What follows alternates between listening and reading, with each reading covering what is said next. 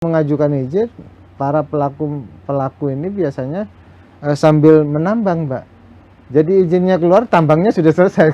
Oh, sambil jalan itu dari Sambil mereka ya. Oh, oke. Makanya kejadian-kejadian seperti emang Itu kalau maksudnya tidak ilegal ya Pak ya, karena belum keluar kan izinnya. ya, tapi mereka kan alasannya sudah melakukan izin, padahal Sudah kan proses tergantung gitu. proses, kan tergantung pengawasan juga, Mbak.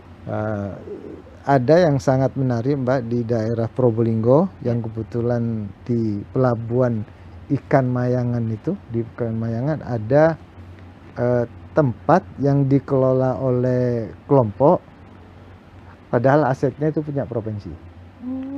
Itu asetnya provinsi dijadikan tempat wisata kumkum laut namanya. Kumkum laut. Kumkum. Jadi pendapatan baru melalui pendapatannya masing-masing. Yang jelas pendapatan potensi baru ini tidak memberatkan kepada masyarakat, Mbak. Iya.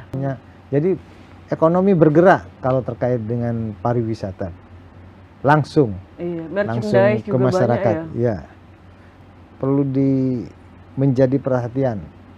Apalagi di Jawa Timur sekarang ini lagi marak wisatawan dari luar negeri, Mbak.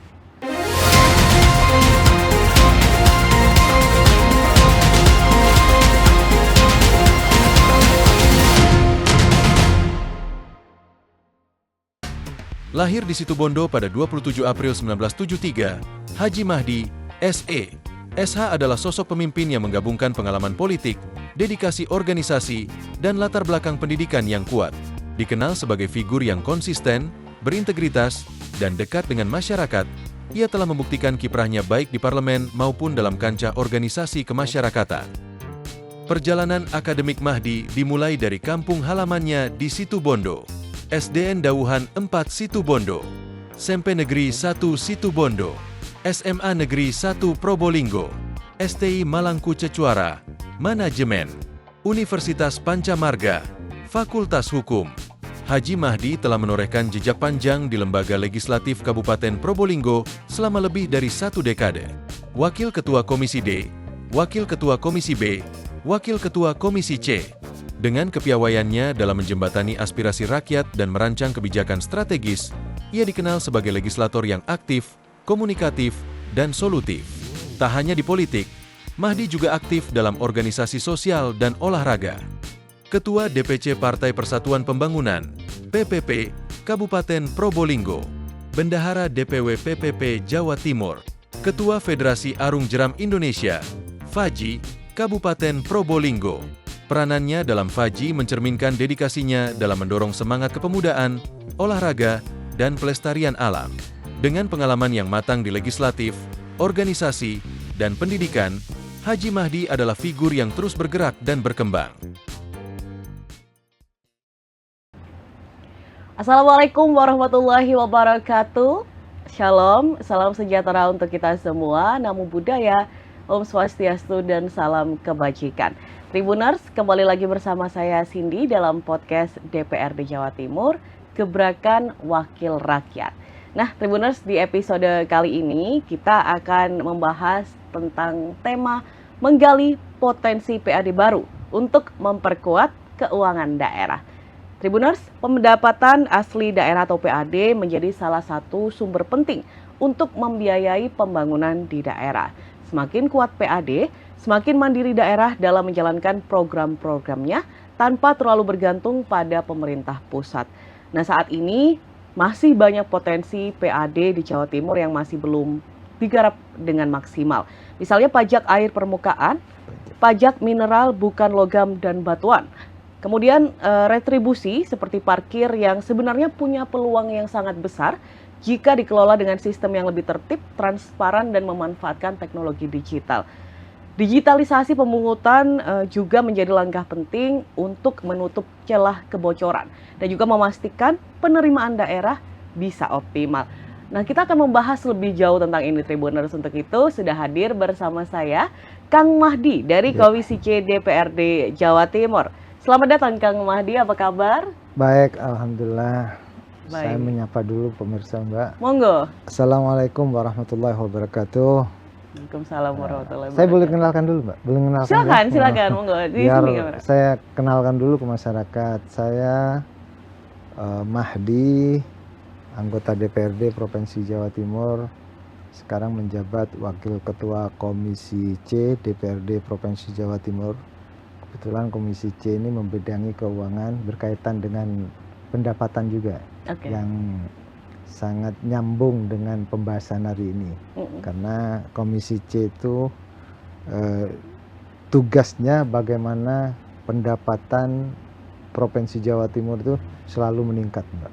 Selalu meningkat, dan juga mencari potensi-potensi baru yang bisa memberikan kontribusi besar terhadap pendapatan. Seperti itu, Mbak.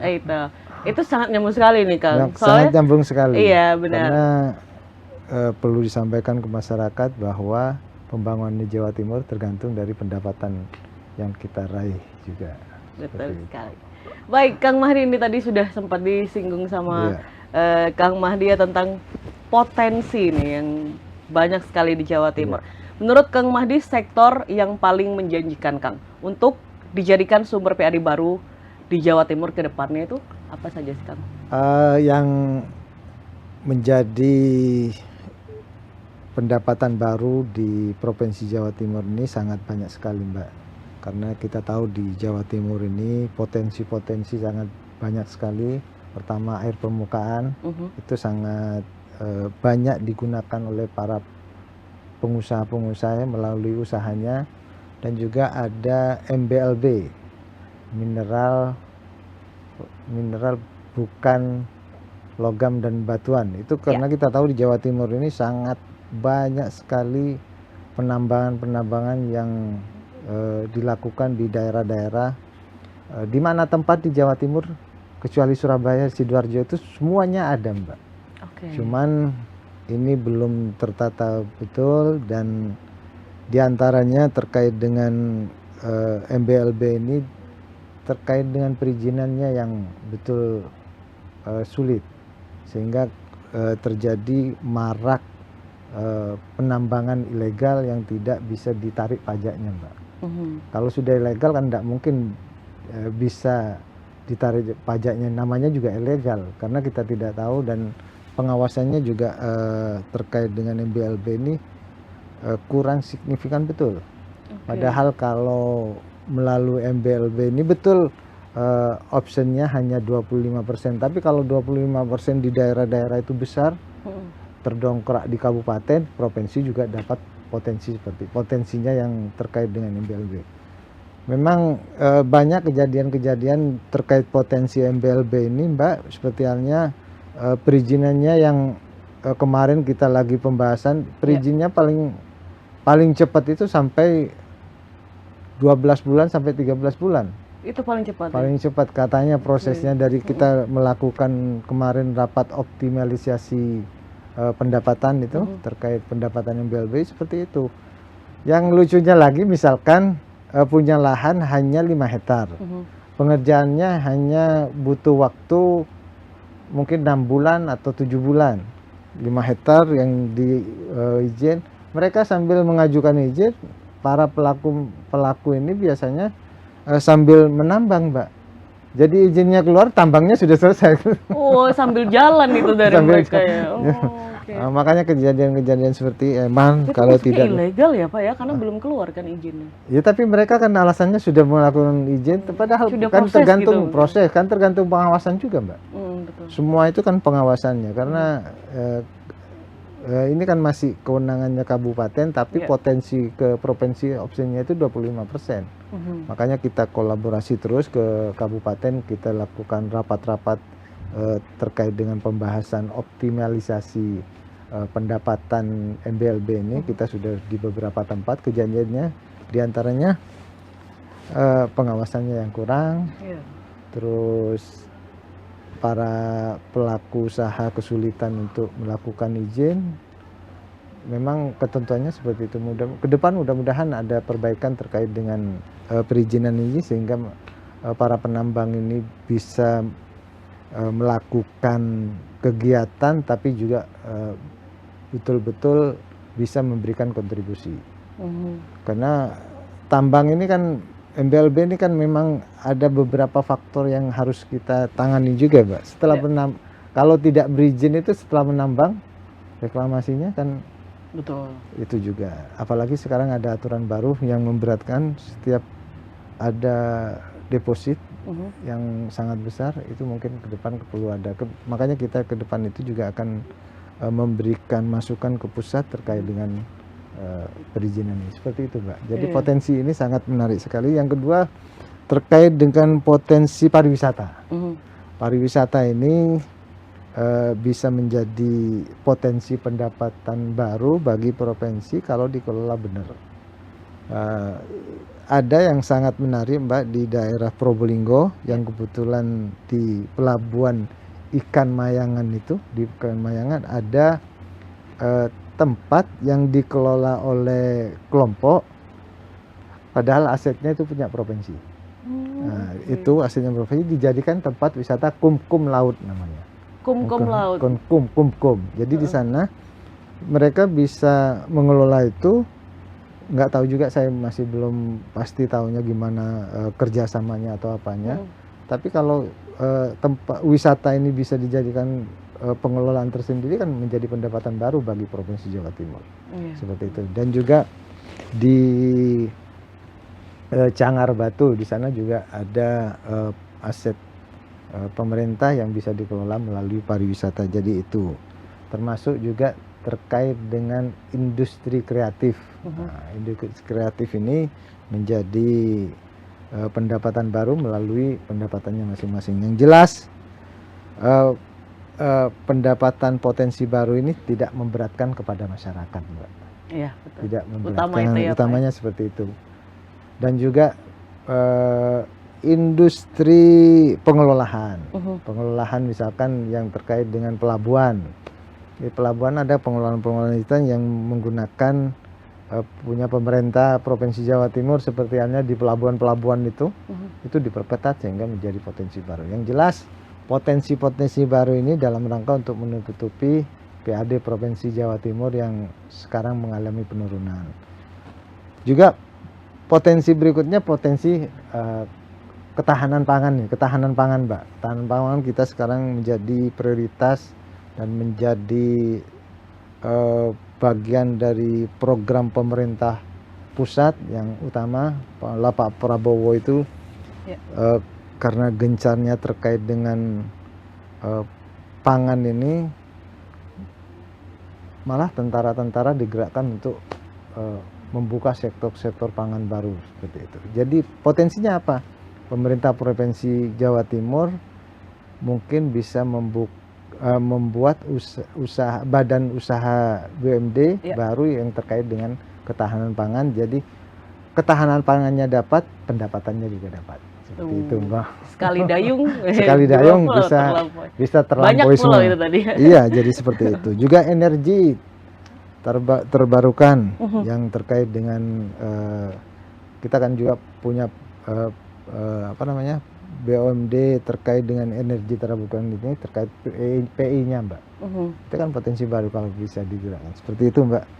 Baik, banyak sekali Kang Mahdi ya potensinya banyak sekali yang bisa mendongkrak itu PAD di Jawa Timur. Nah, kalau dari DPRD sendiri, Kang Mahdi, bagaimana perannya itu bisa mendorong kebijakan yang kreatif dan inovatif dalam menggali PAD baru yang tadi Kang Mahdi sebut tanpa menambah beban masyarakat?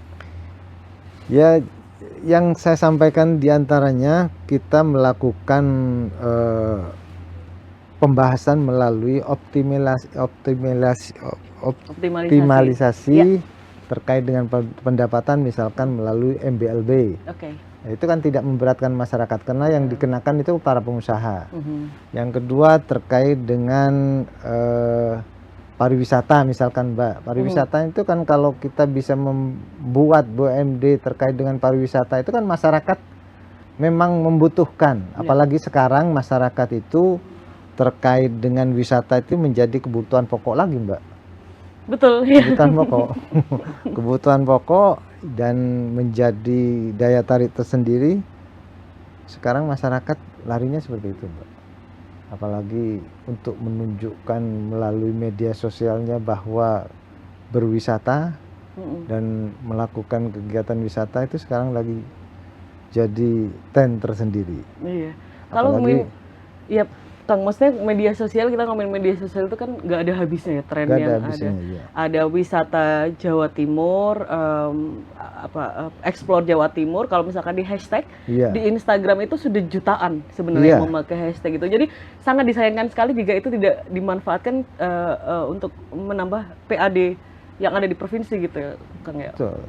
Iya, jadi yang saya sampaikan tadi, BUMD, saya segera pemerintah provinsi itu membentuk BUMD pariwisata dalam rangka untuk memfasilitasi masyarakat untuk berwisata.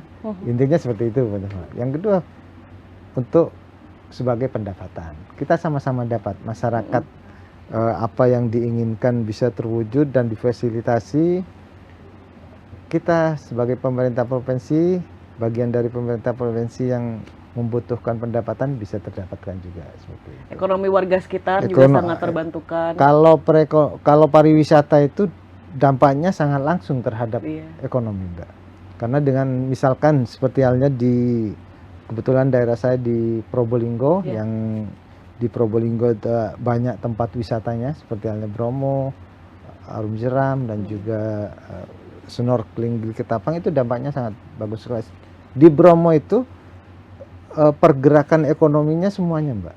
Mulai misalkan orang berwisata di Bromo itu mulai dari ojeknya, jeepnya, oleh-olehnya, homestaynya, kamarnya, semuanya tergerak semua. Orang yang jualan, malah orang yang jualan di bawah itu juga di pasirnya juga banyak. Jadi ekonomi bergerak kalau terkait dengan pariwisata langsung ke masyarakat, ya. Seperti itu, Mbak. Jadi betul-betul wisata ini perlu menjadi perhatian. Apalagi di Jawa Timur sekarang ini lagi marak wisatawan dari luar negeri, Mbak. Terutama dari Singapura, dari Malaysia, dari Cina. Bromo, jadi yang jadi sasaran wisatawan dari Cina itu ada 3, Mbak, di Jawa Timur sekarang ini. Tumpak Sewu, yang ada di Lumajang, Bromo, dan Ijen. Nah, sampai di daerah sana itu sebagian besar masyarakatnya sudah bisa berbahasa Inggris, karena dalam waktu 1,5 tahun ini memang wisatawan dari Cina banyak sekali, Mbak. Itu potensi-potensi seperti itu kan harus segera ditangkap biar pemerintah provinsi itu dapat juga. Iya. Itu saya sempat beberapa kali muncul di FYP saya, Pak, itu di sosial media saya yang wisatawan dari Cina itu banyak sekali mengejar sunrise-nya di Bromo. Terus itu viralnya Blue Fire yang ada di Ijen juga. Oh, di Ijen juga, ya. Mereka yang bikin mungkin warga masyarakat Indonesia ya, yang bikin hebohnya adalah mereka itu bisa naik dengan tidak memakai jaket tebal, gitu, Pak. Jadi kayak sempet, ini kok mereka kuat-kuat banget, dingin gitu di sana, apa nggak dingin gitu? Kalau itu kan tergantung fisiknya masing-masing. Iya, mungkin sih. Karena sudah biasa di sana. Kalau di Indonesia kan tidak seperti di negara luar, Mbak. Kalau di negara luar kan memang ada musimnya, seperti musim dingin, kan dinginnya lebih dari seperti Bromo mungkin. Jadi karena terbiasa, karena di Bromo itu kan masih 11, 10 seperti itu, dianggap masih biasa-biasa saja. Biasa aja. Dan di sini, dan penampilannya juga seperti mau ke pesta, ada kan? Iya, makanya yang kita itu sudah kayak kerukupan mau pakai syal apa enggak nih, yang turis-turis itu ya. Jadi itu menarik, Mbak. Jadi untuk ditangkap potensinya seperti itu. Iya. Baik, kemudian dari sektor ekonomi digital hingga logistik nih, seperti apa, Kang Mahdi? Yang saya sampaikan tadi terkait dengan PAD itu juga bisa melalui ekonomi kreatif, Mbak. Ekonomi kreatif, pengembangan industri ekonomi kreatif ini juga berpengaruh pendapatannya juga, Mbak. Kan pasti ada pajaknya juga nanti kalau masyarakat seperti itu. Jadi sangat menarik sekali kalau bahas terkait dengan pendapatan ini, Mbak. Karena tidak ada ujungnya pendapatan ini, selalu berkembang. Karena tiap tahun itu kan selalu harus meningkatkan pendapatan. Jadi berkembang terus. dan memutar bagaimana sekiranya pendapatan itu terus bertambah seperti itu, Mbak. Iya, oke. Karena kalau misalkan saya yang pernah dengar itu ada di Malang, Kang. Itu eh, anak-anak muda yang super kreatif sekali itu sampai dikenal kalau nggak salah ya sampai di luar karya gamenya. Itu yang luar biasa sekali dan itu kan bisa juga berpengaruh kepada ekonomi sekitar juga gitu loh. Kalau Iya. misalkan ini betul-betul betul-betul apa ya disupport penuh gitu oleh pemerintah ya seperti itu. Baik, Kang, kemudian kita akan membahas tentang tadi sudah disebutkan potensi pariwisata begitu banyak, Bromo, Ijen, pantai. Kita punya banyak sekali pantai di Jawa Timur. Gunung punya banyak sekali. Wisata alam ya itu kan. Wisata buatan kan juga banyak yang ada di Jawa Timur yang penuh dengan potensi yang bisa menambah PAD Jawa Timur seperti itu ya, Kang ya. Sebenarnya banyak sekali, Mbak, potensi yang seperti halnya di Blitar itu kan punyanya aset Provinsi Jawa Timur yang bisa dimanfaatkan untuk menjadi tempat wisata, misalkan homestay, kan view-nya yang langsung ke laut yang sangat menarik itu. Itu di mana? Itu Di di Blitar. daerah Blitar itu. Juga di daerah Blitar itu. Yang lingkar selatan seperti itu. Oke, Itu pantai ya, laut. Pantai laut. Karena memang yang menjadi daya tarik untuk berwisata itu kan diantaranya laut, gunung. Kalau di Probolinggo ada namanya laut melalui snorkelingnya. Jadi nyelam sambil melihat ikan yang ada di bawah itu. Kalau di Banyuwangi juga ada di daerah Bangsering. Itu sangat menarik. Jadi terkait dengan pendapatan ini, Mbak, pendapatan yang langsung kepada pemerintah Provinsi Jawa Timur, ada juga terkait dengan dampak kepada masyarakat perekonomiannya. Jadi pendapatannya dapat, dampaknya juga dapat seperti itu, Mbak. Iya.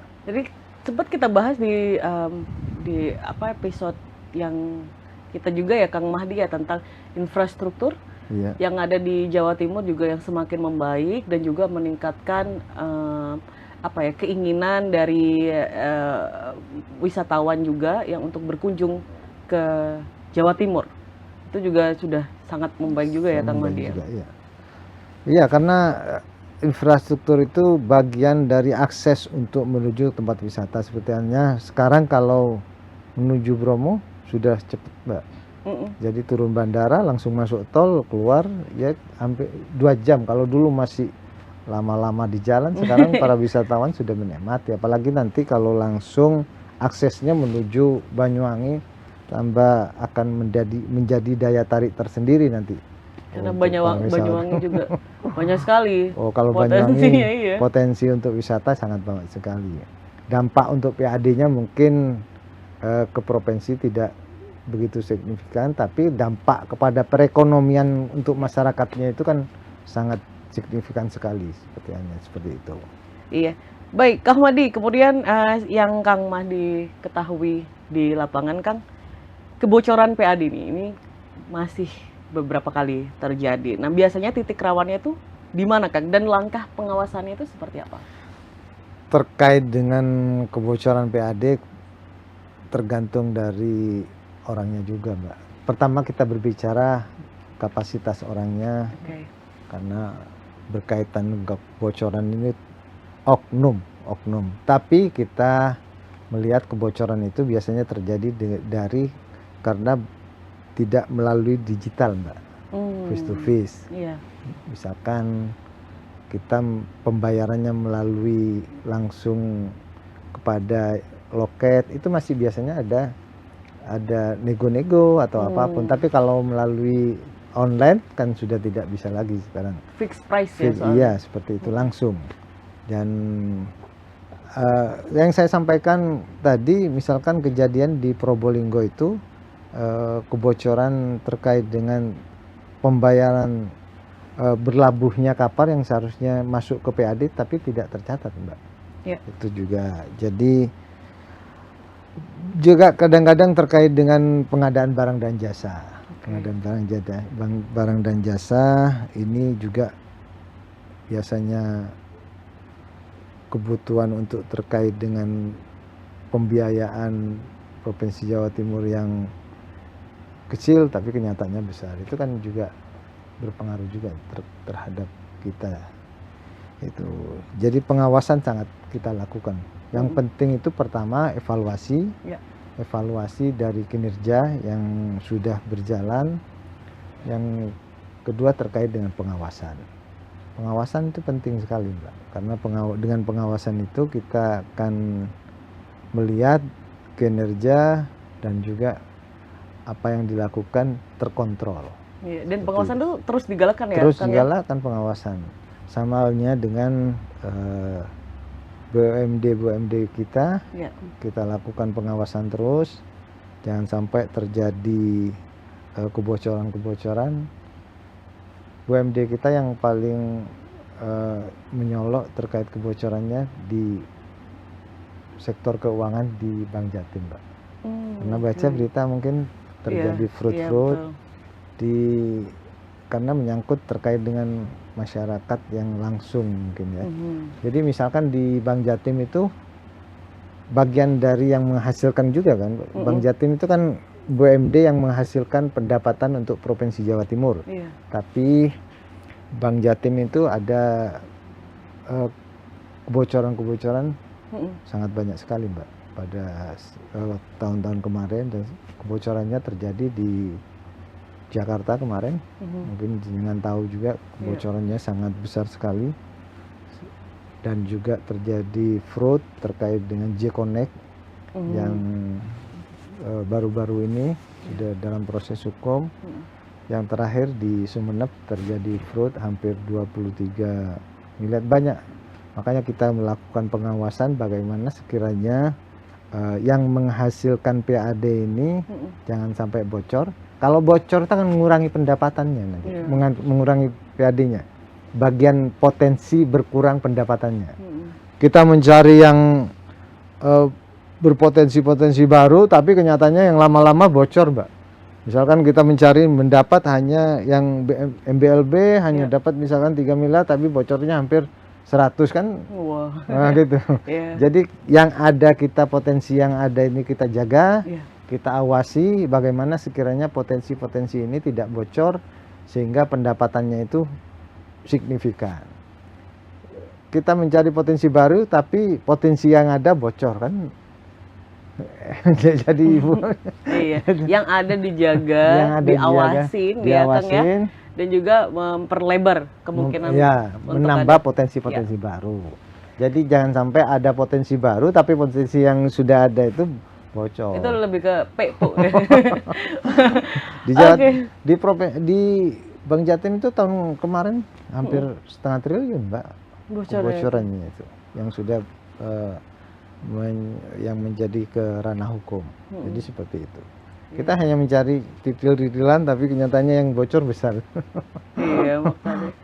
Seperti itu, Mbak, ya. Kang Wahdi, ini untuk memastikan kebijakan PAD baru ini, Kang. Bagaimana, Kang, caranya untuk memastikan kebijakan PAD baru ini tidak menghambat investasi ataupun membuat pelaku usaha merasa terbebani? Pertama, terkait dengan investasi itu kepastian hukum, Mbak. Kepastian hukum itu memang menjadi prioritas para pelaku investasi. Misalkan terkait dengan pengurusan izinnya, pengurusan yang lain-lainnya. Karena kita tahu di sini itu pengurusan izin kadang-kadang tidak sesuai dengan yang di aturan, Mbak. Jadi kalau misalkan ya intinya nego-nego. Tapi kalau ada kepastian hukum bahwa pengurusan izin terkait ini 14 hari, itu investasi sangat menarik. Yang kedua terkait dengan keamanan juga. Keamanan itu penting karena bagaimanapun orang melakukan investasi di suatu daerah, terutama yang dilihat keamanannya dan tidak diganggu oleh para pelaku-pelaku, ya seperti itulah, oknum-oknum. Jadi seperti itu. Oke, jadi yang penting utama hukum ya, Kang ya. Hukum kepastian hukum dan itu juga kan keamanan. Bagian dari utama. Kepastian hukum misalkan melakukan suatu hal yang sudah pasti, tidak misalkan terkait dengan air tanah, perizinannya seperti ini, itu dilakukan, jangan diganggu lagi. Itu namanya kepastian hukum, Mbak. Oke. Seperti Jadi supaya ada pegangannya itu ya Kang iya, ya bagi mereka ya. pegangannya. Dan kepastian itu juga terkait dengan jangan ada niku-niku lagi. Seperti itu. Baik, tadi itu dari pelaku usaha Kang. Nah kemudian ini dari masyarakatnya nih, terutama pelaku UMKM Kang. Itu bagaimana sih Kang memastikan peningkatan PAD ini tidak memberatkan masyarakat kecil ataupun terutama para pelaku UMKM Kang? Tidak membebani pajak kepada pelaku usaha kecil yang besar. Kemarin sempat rame-rame yang ada pajak sampai berapa persen itu, Pak, kan? Iya, Itu. sempat Jangan rame. seperti jadi pelaku usaha diberikan prioritas terkait dengan pajaknya sehingga perekonomiannya tumbuh. Apa yang disampaikan Menteri Keuangan sekarang, kita tidak akan membebani pajak sebelum perekonomian tumbuh dengan signifikan. Kalau sudah pertumbuhan ekonomi betul-betul tumbuh dan signifikan, otomatis pajak akan naik seperti itu kan. Jadi tidak membebani pajak terhadap pelaku usaha kecil, karena pelaku usaha kecil itu kan bagian dari penggerak ekonomi yang ada di bawah, Mbak. Betul. Penggerak ekonomi yang ada di bawah sangat membantu sekali. Contoh saja waktu di zaman Covid yang masih bertahan kan pelaku usaha kecil yang di rumah-rumahan itu, yang saling ditukar seperti itu. Jadi itu perlu dijaga dan jangan dibebani terkait dengan terutama pajaknya, Mbak, seperti itu. Jadi memang dipastikan usahanya mereka secure dulu, Iya. baru kemudian bisa ditarik pajak yang dipastikan mereka mampu. Mampu. Ya Kang ya. Ya, otomatis kalau mereka sudah tumbuh ekonominya dan usahanya jalan, pasti mereka lebih akan memperhatikan kewajibannya. Seperti itu. Iya. Baik, Kang Mahdi, selanjutnya Kang Mahdi. Menurut Kang Mahdi nih kita kembali membahas tentang sumber pendapatan yang selama ini belum dimanfaatkan atau masih berjalan kurang optimal. Menurut Kang Mahdi, sepengalaman Kang Mahdi itu dari segi apa? Karena ketidakseriusan para pemangkunya untuk mencari PAD baru. Misalkan yang kita bahas sebelum-sebelumnya terkait dengan aset itu kan kalau dimanfaatkan betul dan menjadi sumber pendapatan baru kan menjadi signifikan pendapatan kita, Mbak, seperti itu. Lebih serius gitu Lebih ya Kang serius ya lagi. pesannya. Baik, dan ini terakhir Kang Mahdi mungkin ada pesan dari Kang Mahdi nih untuk pihak-pihak ya yang bisa melancarkan peningkatan PAD yang ada di Jawa Timur tapi juga tidak menjadikan beban kepada masyarakat kita sendiri. Monggo silakan Kang. Jadi kita berusaha untuk mencari pendapatan baru melalui sektor-sektor yang ada dan tidak membebani masyarakat, tapi tidak mengabaikan usaha-usaha yang sudah lama sehingga terjadi kebocoran. Kita cari usaha pendapatan baru tapi yang lama terabaikan sehingga kita dapat yang baru tapi yang lama bocor, itu tidak baik juga. Jadi sama-sama jalan, sama-sama dilakukan sehingga pendapatan kita meningkat dan nyaman, seperti itu, Mbak.